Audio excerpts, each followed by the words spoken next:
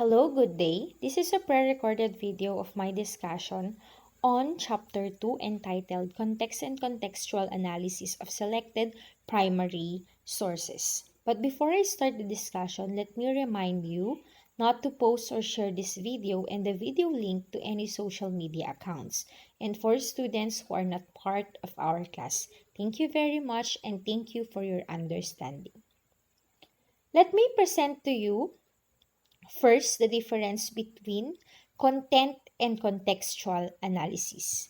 So when we say content analysis, it is a systematic evaluation of the primary source, be it a text, a painting, caricature, and or speech that in the process of the students could develop and present an argument based on their own understanding of the evidences from their readings. So you as a student will identify pertinent information from the documents and explain its importance to understanding our history as a Filipino.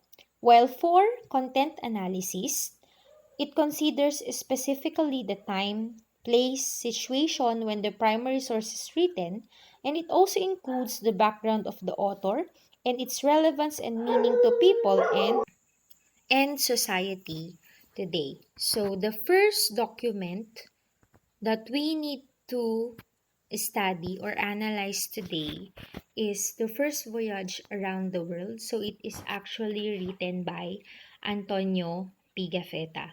So on the 15th and 16th centuries, it both an era of worldwide exploration and expansion that resulted from the desire to gain new lands, power, and wealth for the explorers and their countries. These events eventually resulted in the historical occurrence of the first voyage around the world. To have an accurate glimpse of this historical event, a content and contextual analysis of a primary source is needed. Subsequently, the most accurate account of the said voyage, as regarded by many historians, was the account written by Antonio Pigafetta, the chronicler of Magellan's expedition. Studying such primary source could give us a clear forestate of the forgotten past happened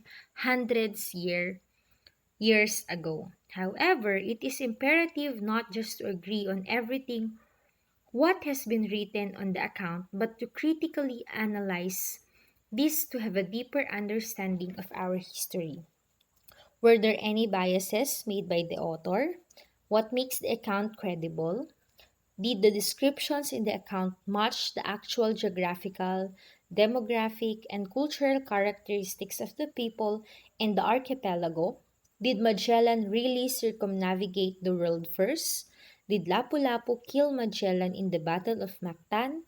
Did Magellan really discover the Philippines, and so on and so forth? So the students are expected, so in this lesson, you are expected to examine the content and context of the primary account of the first voyage around the world written by Antonio Pigafetta. However, a brief discussion on the route and timeline of the voyage is suggested before studying the excerpt of the Pigafetta's account to facilitate easier understanding. So first thing, we need to discuss first the learning outcomes. So in the learning outcomes class, um, the students may be able to identify the people who participated in the first voyage around the world, to discuss the route of Magellan's voyage, and to properly interpret the primary source through examining the content and context of the document. So, as you can see in the presentation class, it shows the different edition of the first voyage in the world by Theodore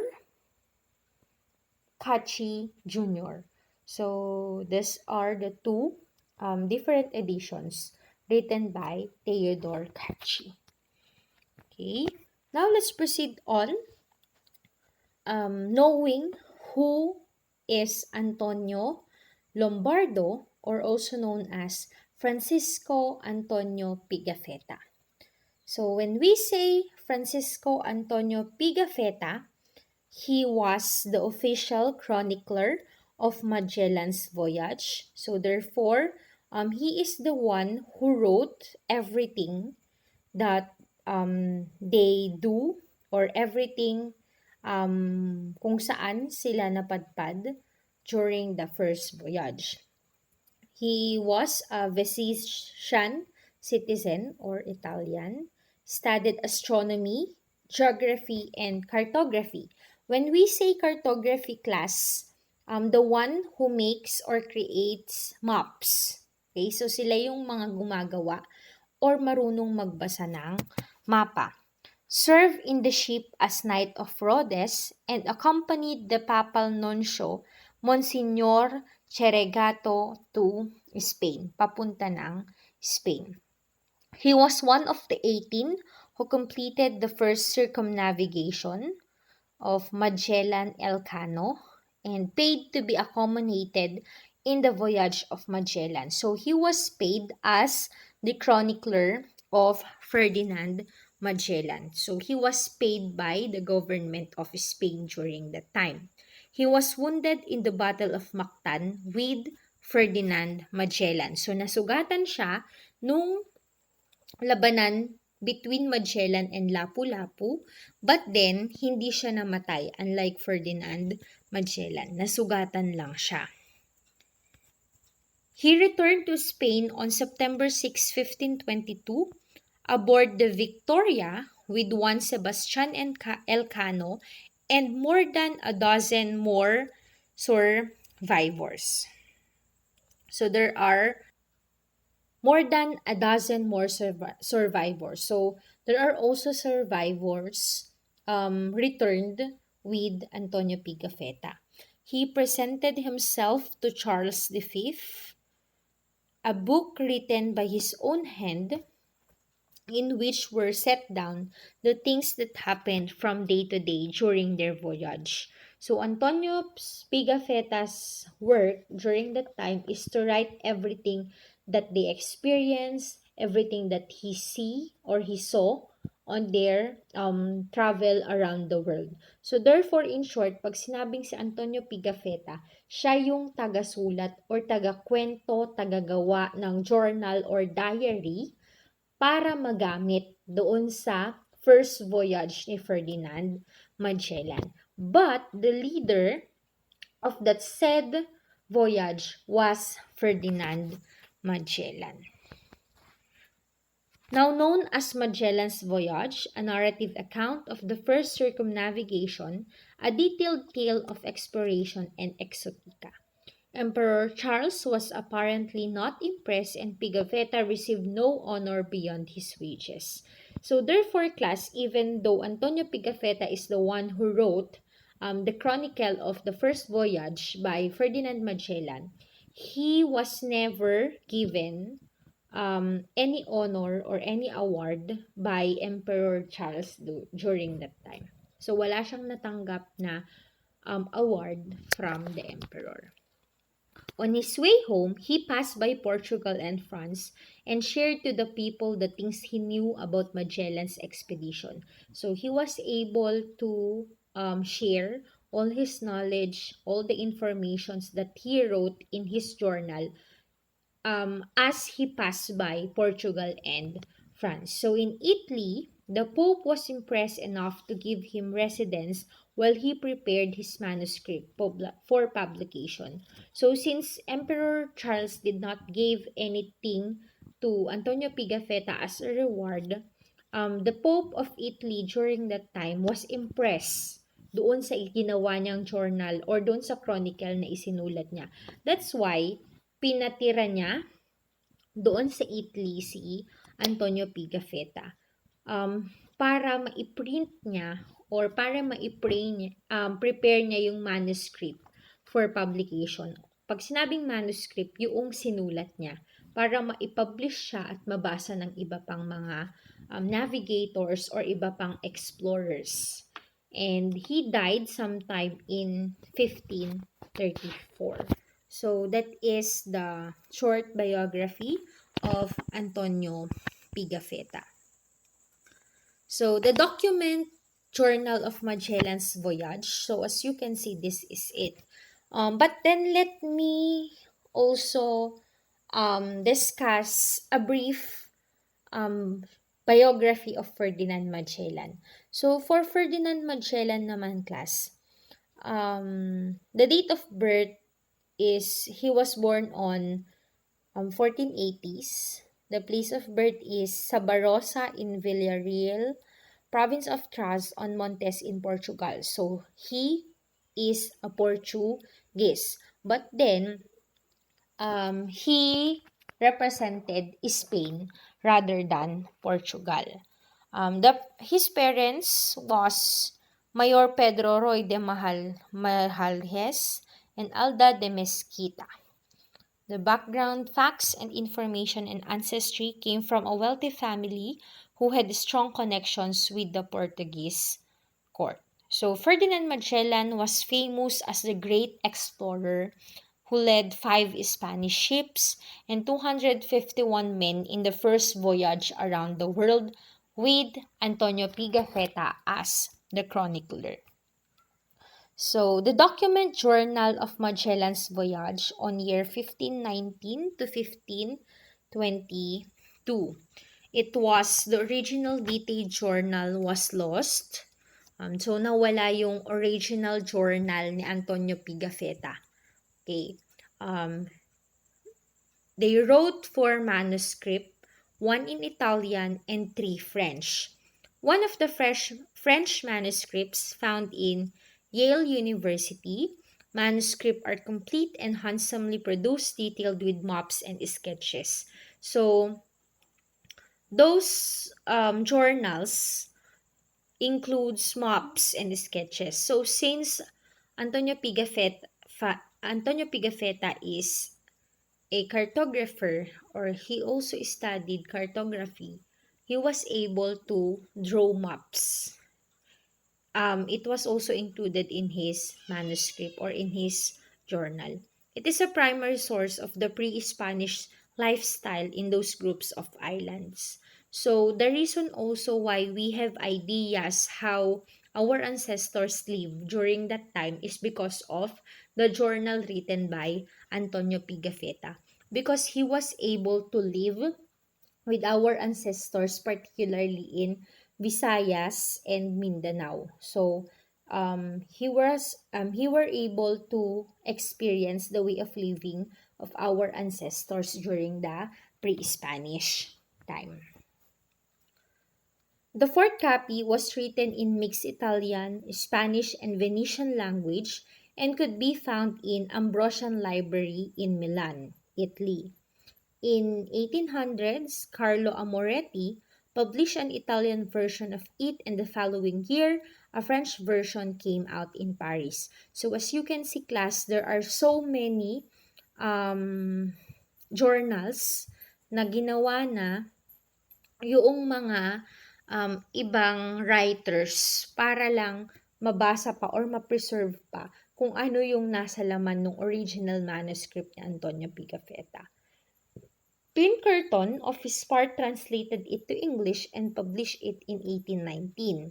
James A. Richardson made his own English version of the Ambrosian copy and is appeared in the Philippine Islands. So, the journal written by James Richardson is the one that we are using in the Philippines. This is the copy that is widely circulated in our country.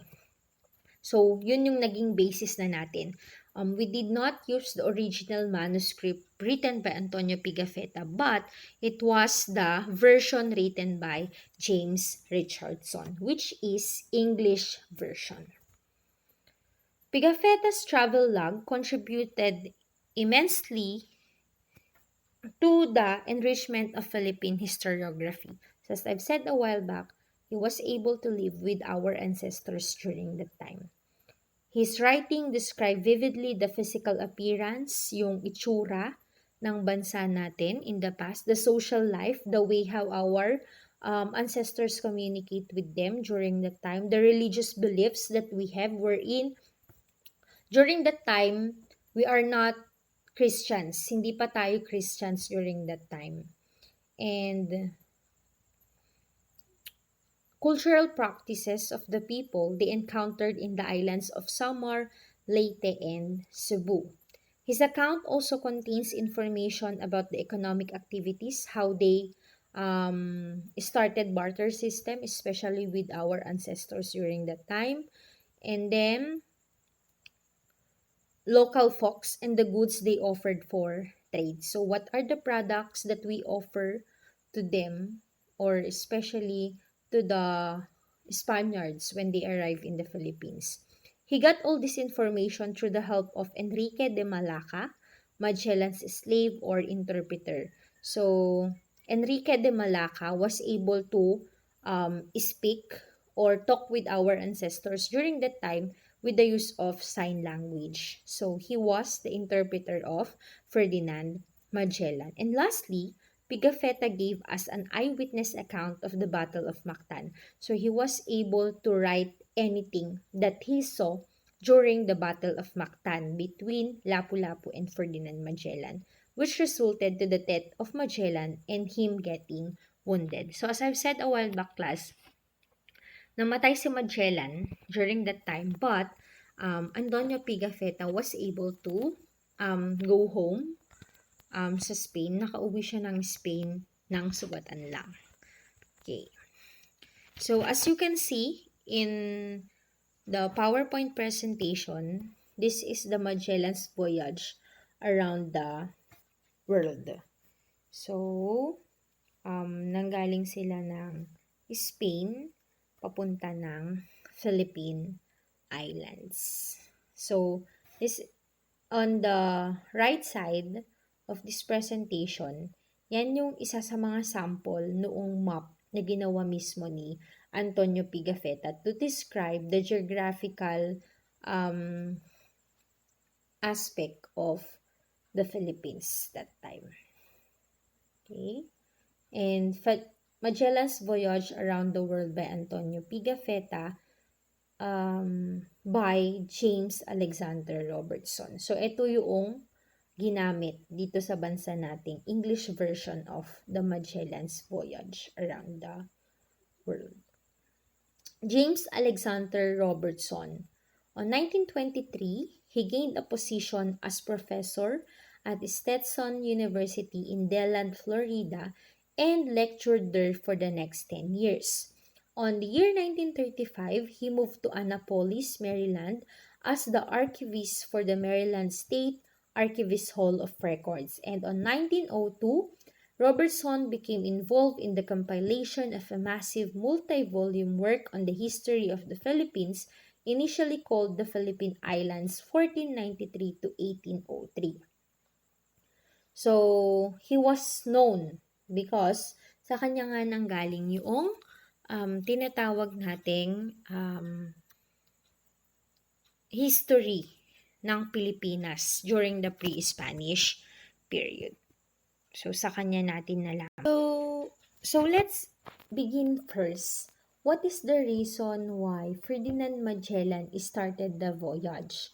So, from the very beginning, class, Ferdinand Magellan was able to join other expedition bago siya nagkaroon ng sarili niyang expedition. It was the expedition of Francisco de Almeida to India, so papuntang India. He took part in the Portuguese expedition to Morocco and was badly wounded. So he was wounded during that time and has a serious disagreement with a commanding officer and leaves the service without prior permission. So it means, class, on his voyage during that time with Francisco de Almeida, ang nangyari, hindi sila nagkasunduan. Okay, nagkaroon ng misunderstanding between the commanding officer and Ferdinand Magellan. That's why he requested permission from King Manuel of Portugal to sail to the Spice Islands in the Far East, but is refused following the unfavorable reports from Morocco. So, King Manuel did not give chance to Ferdinand Magellan to sail Spice Island. And Ferdinand Magellan resumes his studies in Portugal for a couple more years but fails to gain favor with the Portuguese court and therefore renounces his Portuguese nationality. So that is the reason why Ferdinand Magellan leaves Portugal and heads for Spain. So he went to Spain during that time. Okay. On March 22, Magellan convinces King Charles I of Spain to support his voyage to the Spice Islands, and the king promises Magellan one-fifth of the profit from the voyage to the Spice Island. So compared to King Manuel of Portugal during that time, King Charles I gave Magellan a chance to sail to Spice Island. And he also offered one-fifth of the profits from the voyage to Spice Island to Ferdinand Magellan. Spain provides 5 ships for the expedition. Magellan commands the Trinidad. Juan de Cartagena commands the San Antonio. Gaspar de Quesada commands the Concepcion. Luis de Mendoza commands the Victoria, and Juan Serrano commands the Santiago. And Antonio Pigafetta was with Ferdinand Magellan in Trinidad. Okay, so the 5 ships was named as Trinidad, San Antonio, Concepcion, Victoria, and Santiago. He leads the 5 Spanish ships with 251 men in what was to become the first voyage around the world. On September 20, 1519, the fleet sailed across the Atlantic Ocean to South America and Rio de Janeiro, and then start to search for a passage to the Pacific Ocean. So, doon na nag-start yung voyage ni Ferdinand Magellan. So, this timeline class was on your module. So, nasa module itong timeline na binabanggit ko. So, pwede nyo siyang gawiting basis during this video. So, on March 1520, the fleet anchored for the winter at Puerto San Julian in southern Argentina. And on September 1520, a storm destroys the Santiago and a mutiny breaks out. So the first ship na nasira because of a storm was the Santiago. While on October 1520, Ferdinand Magellan and his crew resumed their voyage on the remaining ships. So there are only 4 remaining ships during that time.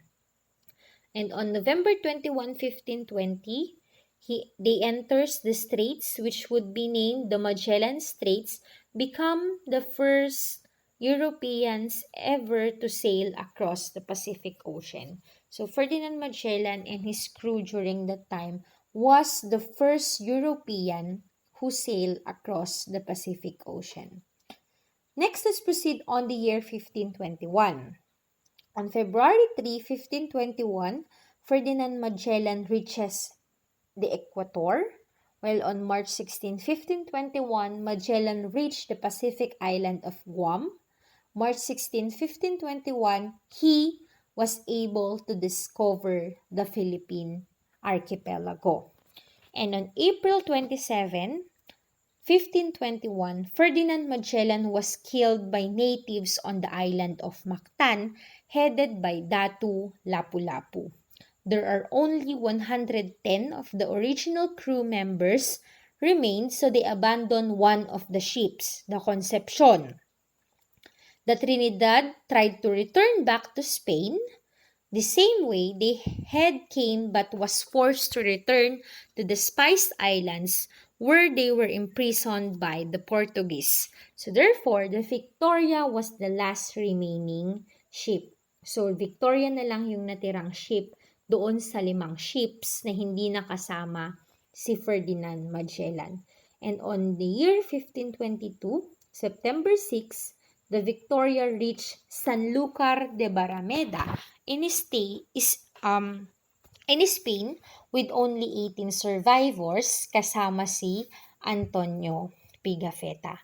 So out of 200 plus na umalis ng Spain noon, 18 survivors na lang yung bumalik.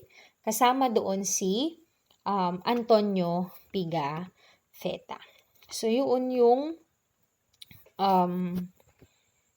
short na. So that is the short or summary of the first voyage around the world by Antonio Pigafetta. So there are actually reasons why Ferdinand Magellan started the first voyage around the world. First thing is because of the Spice Island. As I've mentioned a while back, he requested King Manuel first to travel around the world, especially to go to the Spice Island, wherein it was located in Asia. But then, hindi siya pinagbigyan ni King Manuel of Spain. Of Portugal. But then, when he approached King Charles of Spain, nabigyan siya ng opportunity to travel papuntang Spice Island. Another reason why Ferdinand Magellan started a voyage during that time is he wanted to prove what is the real shape of the world. Because the question of him that during that time is, what is the real shape of the world? Is it round or flat? Okay, na kapag flat ba, possible bang malaglag kami doon sa end ng mundo? Or bilog siya wherein there is no ending. Pabalik-balik lang siya or umiikot lang tayo. Okay, so that is also one of the reason. And another reason why Ferdinand Magellan started a voyage is because of the so-called religion.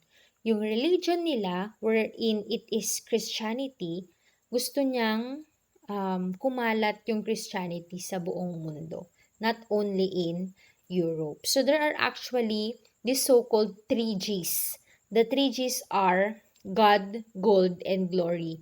When we say God class, the spread of Christianity, wherein we Filipinos embrace the religion that they have during that time.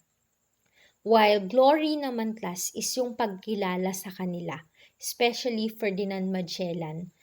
Nakilala siya as one of the discoverer of the Philippines. And another one class is this gold. Pag sinabing gold class, it is actually the spices that we have here in Asia and the natural resources that we have such as minerals.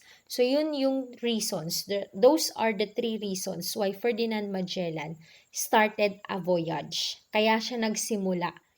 Okay? Kaya niya gustong maglibot sa buong mundo. Sorry. Okay? So, next thing, let's proceed with the content presentation of the document. So, on the content presentation of the document class, we have here in terms of economics. So, in terms of economics class, during the arrival of Ferdinand Magellan and his crew in our country, we have this practice of barter or the barter system. When we say barter system class, this is an economic system wherein we tend to exchange goods and services with other countries or other people around us. For example, the Chinese, the Indians, the Japanese, and even the Spaniards who arrived in our country, we were able to exchange goods and services with them. The presence of a weighing scale. So, nagkikilo na sila during that time. And golds as a main object of barter.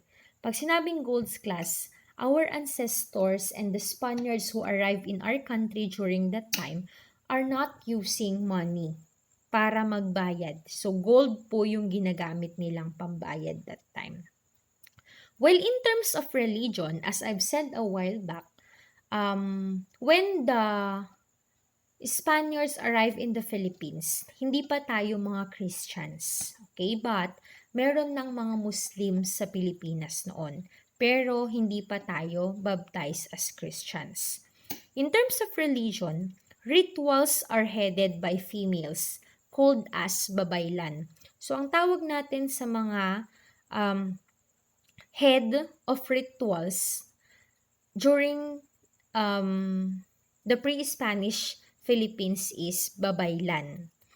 Idols made of woods. So, gumagawa yung mga ancestors natin ng mga idols or ginagamit nila para sa worship nila that time. Praying with both hands raised to the sky, and they surrender everything to Abba. So, yung kilala nilang God that time was Abba.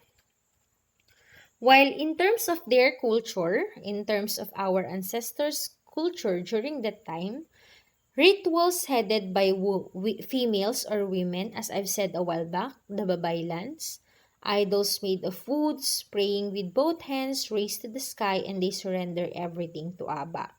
In terms of society, so in terms of society class, our ancestors wear headgears. So, meron silang mga nilalagay sa kanilang mga ulo na headgears.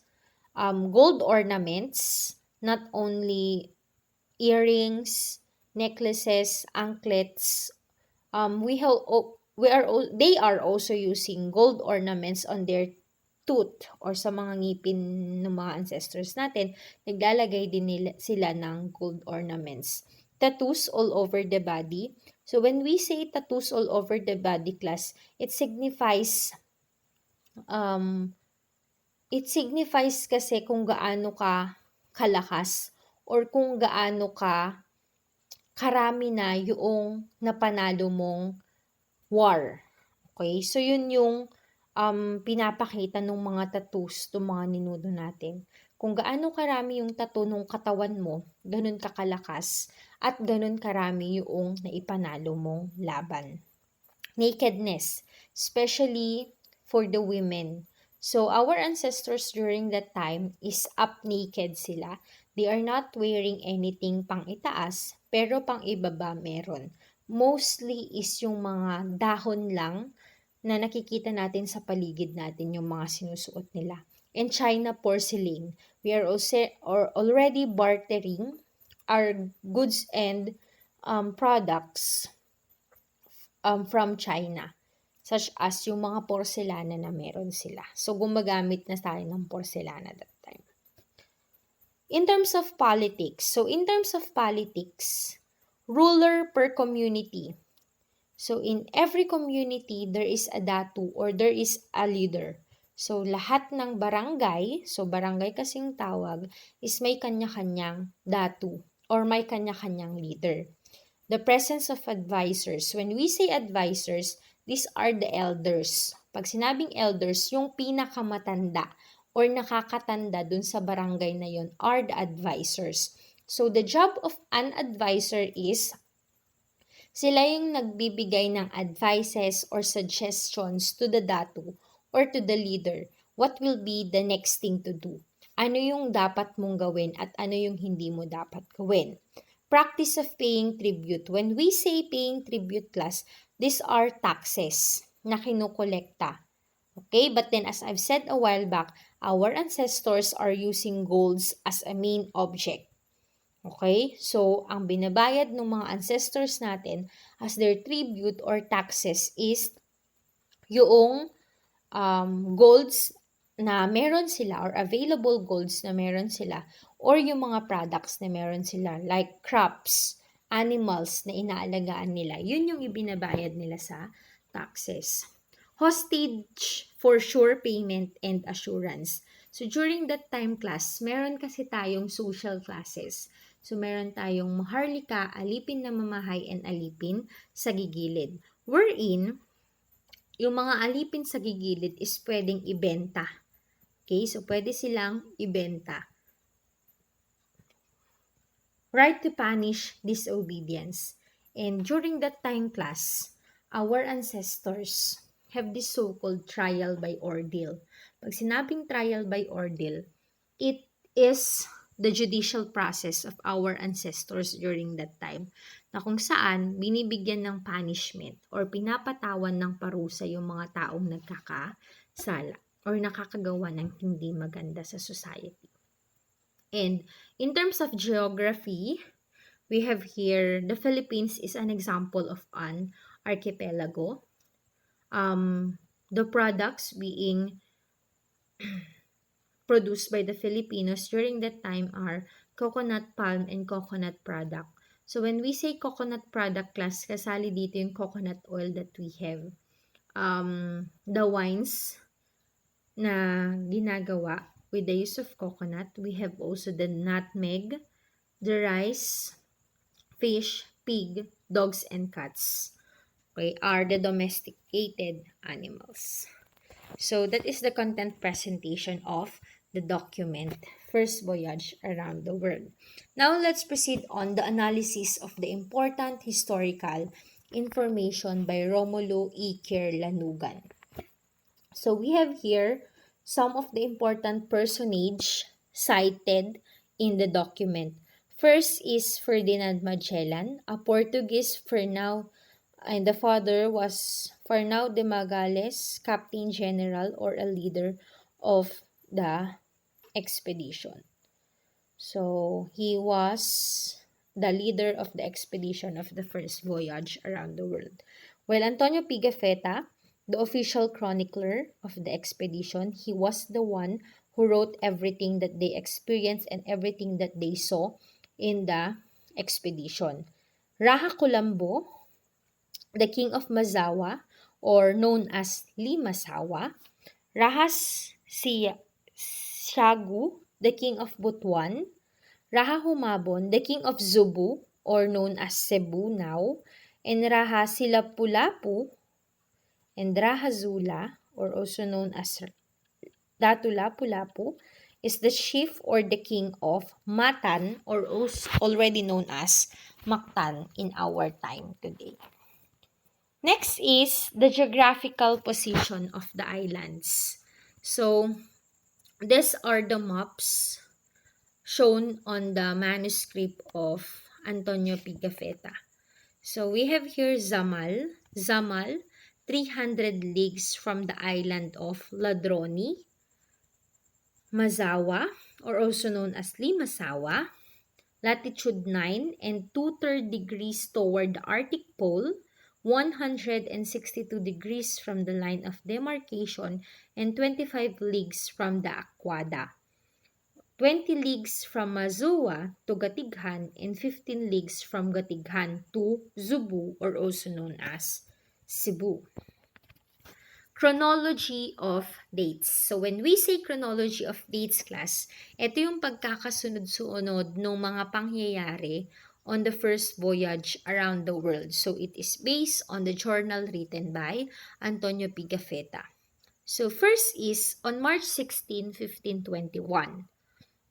The Spanish colonizers arrive at Samar. No need to add 1 day for this. Is not yet covered by the international dateline. So actually, hindi pa ginagamit yung international dateline na ginagamit natin ngayon. Next is March 17, 1521. Their Captain General desired to land at Humuno in the pass, in which he named Aquada Libuoni Segnali, or also known as the watering place of good signs, and later the entire group of island as Archipelago of Saint Lazaro. So the reason why Ferdinand Magellan named this place as Archipelago of Saint Lazaro is because it was the feast day of Saint Lazaro during that time. Kaya pinangalan niyang Archipelago of Saint Lazaro, and because the Philippines is also an archipelago. When we say Aquada Libuoni Segnali, this is the watering place of good signs, wherein they do believe na swerte yung lugar na yon. Kaya siya tinawag na Aquada da Libuoni Segnali. Well, on March 18, 1521, they met and exchanged goods with our ancestors from island of. So as I've said a while back, class, they used the barter system in exchanging their goods with our ancestors during that time. Next is March 25, 1521. They weighed, anchored, and changed course toward west-southwest. So from Samar, they changed route. And on March 28, 1521, they anchored near the island of Mazawa, or known as Limasawa, and they met the king who came in Balanghay. So when we say Balanghay, class, this is the houses made by our ancestors during that time na kung saan mukha siyang bahay na bangka. Okay, bahay siya na bangka. That is a balanghay. So from Samar, nakarating sila ng Mazawa or Lima Zawa. March 29, 1521, or the Holy Friday, they finally met the king who entered their ship. So, yung king dito sa bansa natin is pumasok sa ship nila and they were able to meet him.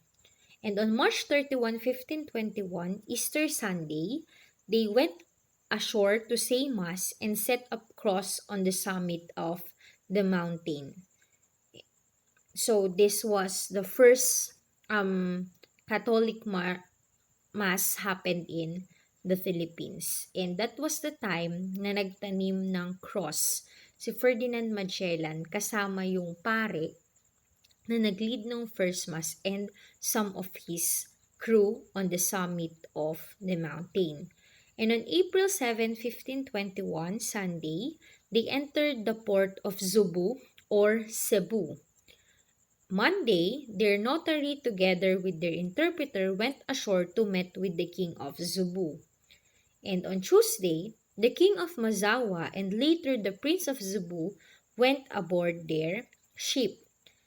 On Wednesday, they consecrated the place and buried their two dead crews. So, isinama nila yung mga patay na kasamahan nila. And on Friday, they showed our ancestors with different merchandise. So, they showed our ancestors the things that may offer inside their ship. So, yung mga bagay na pwede nilang ibigay or ipalit sa ibang products sa mga ancestors natin.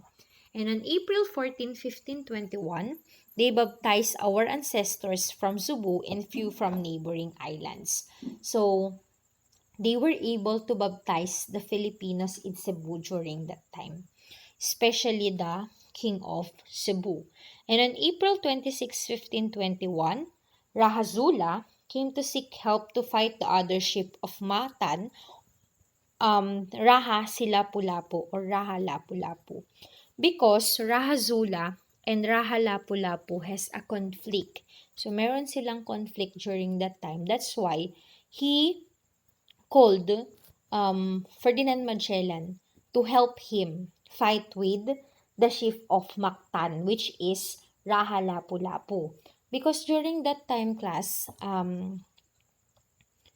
they do believe, or some historians concluded that one of the reason maybe one of the reason why Raha Lapu-Lapu ayaw niyang mag-baptize as Christian is because meron na siyang sariling religion nun, which is maybe Muslim siya. Kaya ayaw niyang mabaptize yung mga tauhan niya at kasama din siya.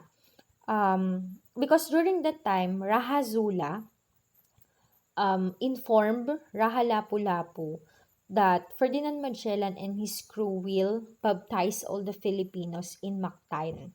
Kasi nga nabaptize na yung mga nasa Cebu. But then, ayaw kasi ni Raha Lapu-Lapu yun. Kaya nagkaroon ng Battle of Mactan.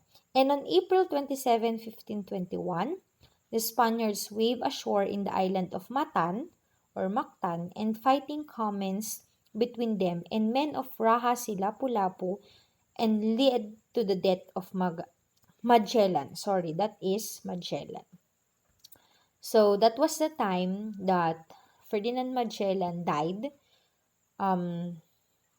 Based on the history, the reason why Magellan died is because of Ferdinand Raha, Lapu-Lapu.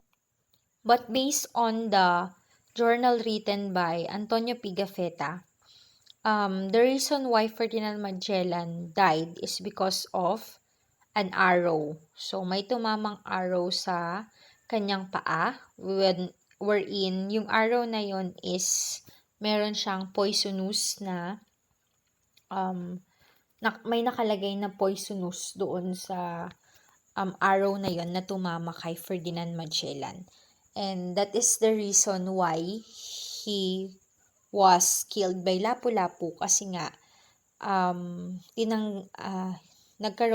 tinanggalan ng ulo ni ni Lapu-Lapu si Ferdinand Magellan. That's why in some resources or some books, they concluded that Lapu-Lapu is the one who killed Ferdinand Magellan. But then there are some historians who concluded that it was not Lapu-Lapu but some of the crew members of Ferdinand Magellan na gumamit ng arrow, hindi sword, na pamatay kay Ferdinand Magellan. And on May 1, 1521, 21 Spaniards were massacred by the Cebuanos, thus forcing the remaining Spaniards to depart Cebu immediately. So, that is the reason why 18 na lang yung nakabalik kasama si Antonio Pigafetta riding the Victoria. Okay? Description of our ancestors. Ano nga ba yung itsura ng mga ancestors natin during that time? We have here senyor, so they are called as senyor or king and chief. Some are a bit larger than his men and the finest looking men. So it means malaki yung mga katawan ng mga ancestors natin that time. Some are painted, so tattooed sila. So may mga tattoos sila sa katawan nila. As I've said a while back, that is a sign of masculinity or yung pagiging malakas nila. Brave warriors and yung mga nakapanalo na ng maraming wars. Some have gold earrings, even lalaki. They are also wearing gold earrings, especially the maharlikas or yung mga nobles. Some have black hair and hang to shoulders. So, most of the guys during that time is mahahaba yung mga buhok nila. Example, Lapu-Lapu. And head covered with silk kerchiefs. So, meron silang mga panyo sa kanilang ulo as shown in the picture. Wore cotton cloth, all embroidered with silk which covered him from the waist to the knees. So, the maharlikas during that time are already using cloths, particularly embroidered siya with silk. Especially silk came from China since nagkaroon na ng barter system that time. Some have spots of gold on every tooth. Sabi ko na yan kanina. Some are perfumed with storax and benzoin. More armlets and other rings for the feet, and wore necklace of great value. So, more on accessories yung ginagamit nila, especially made of gold.